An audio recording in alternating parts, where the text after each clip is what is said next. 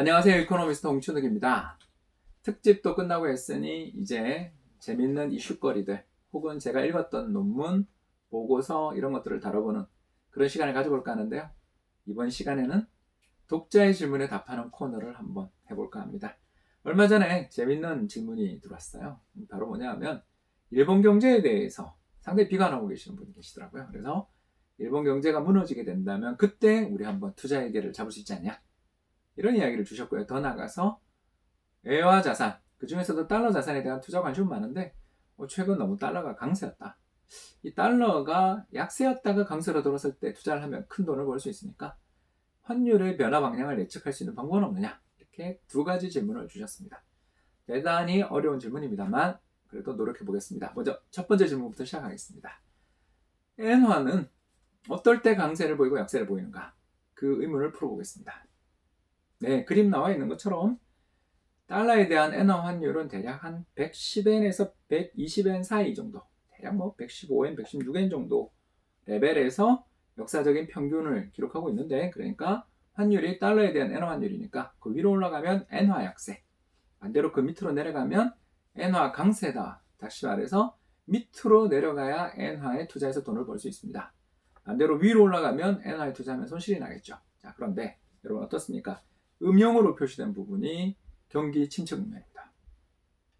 이상하죠? 네. 1990년, 그죠? 2000년 정보통신부품, 2008년 글로벌 금융위기 때 모두 일관되게 어떤 일이 벌어집니까? 달러에 대한 엔화 환율이 떨어진다. 무슨 말이냐? 경제 위기가 발생할 때, 나라에 무슨 일이 생길 때마다 엔화는 강세를 보인다는 겁니다.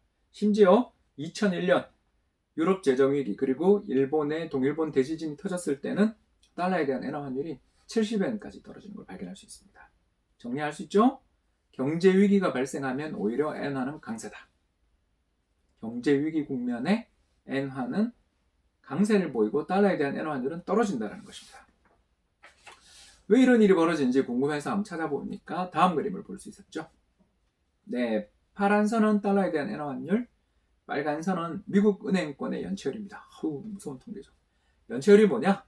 돈 빌려준 것 중에서 이자랑 원금을 제때 돌려받지 못하는 채권의 비율입니다. 부실 채권 비율이라고도 볼 수 있겠는데요. 어마어마하게 2008년이 무서운 위기였다는 걸 알 수 있습니다. 그런데 재밌지 않습니까? 2000년 정보통신 거품 때도 보면 미국 은행권의 연체율이 소폭이지만 상승할 때 이런 식으로 은행권 연체율들이 강하게 상승하는 그런 구간에 달러에 대한 엔화 환율이 떨어집니다. 엔화 강세죠. 그러니까 은행들이 닫힐 때, 금융기관에 위기가 발생할 때가 엔을 매입할 때입니다. 왜 그럴까요? 네, 다음 그림에 이유가 나와 있는데요. 바로 이거는 일본 사람들이 해외에 투자한 돈을 갖다가 측정한 것입니다. 트릴리언 엔이라니까 조 엔입니다. 그래서 대략 계산해 보니까 130조 엔 이상 정도를 해외에 투자하고 있더라. 1조 달러 이상을 해외 순자산으로 가지고 있더라라는 것입니다.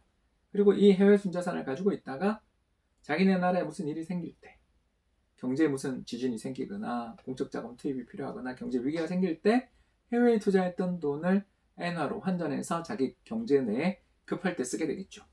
자, 어떻게 됩니까? 달러를 매도하고 엔을 사겠죠. 아니, 해외에 투자해놨던 돈을 급하게 국내로 가져오잖아요.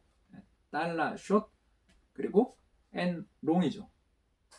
그러니 엔화가 강세를 보이게 됩니다. 왜? 달러를 팔고 엔을 사니까요. 여러분 아시겠습니까? 경제 위기가 발생할 때는 엔화는 강세다. 그렇기 때문에 일본 경제 위기가 발생한다 그럴 때는 엔을 사야 한다. 이렇게 말씀을 드릴 수가 있겠습니다. 네, 어떻습니까? 첫 번째 의문에 대한 어떤 답이 되는지 모르겠습니다. 두 번째 의문에 대해서 풀어보죠. 어떨 때 달러는 약세에서 강세로 돌아서는가? 그 의문을 풀어보겠습니다. 그림 한번 보시죠. 그림에서 파란 선은 달러의 가치, 그리고 빨간 선은 미국의 실질 정책금리입니다. 정책금리 빼기 물가상승률이죠. 즉, 달러를 보유한 데 따르는 실질적인 손익이라고 볼 수 있겠는데요. 이렇게 미국의 실질 정책금리가 떨어지다가 올라갈 때, 다시 말해서 실질 정책금리가 쭉 인하되다가 인상으로 돌아설 때, 그때 달러가 약세에서 강세로 반전하는 것을 발견할 수가 있습니다. 가장 대표적인 경우가 언제냐고요? 2018년이죠. 이렇게 금융시장의 참가자들은 주요 통화의 가치들을 판단하기 위해서 여러 잣대를 쓰는데 미국 달러 자산을 보유한 데 따르는 실질적인 이자율들이 올라가는 순간 달러를 더 많이 선호하게 되더라라고 말씀을 드릴 수가 있겠습니다.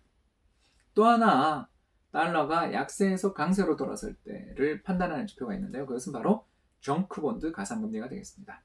정크본드란 무디스나 S&P나 피치 같은 세계적인 신용평가사들이 이 회사는 투자 적격이 아니에요 라고 판단한 좀 부실한 재무구조를 가지고 있어요 라고 판단한 기업들을 정크본드라고 합니다. 쓰레기 등급 채권이라고 부르죠. 이 채권들은 결국 BB 이하 채권들입니다. BB 이하 등급을 받고 있는 채권들의 가상금리는 상당히 격렬한 변동성을 보이는데요.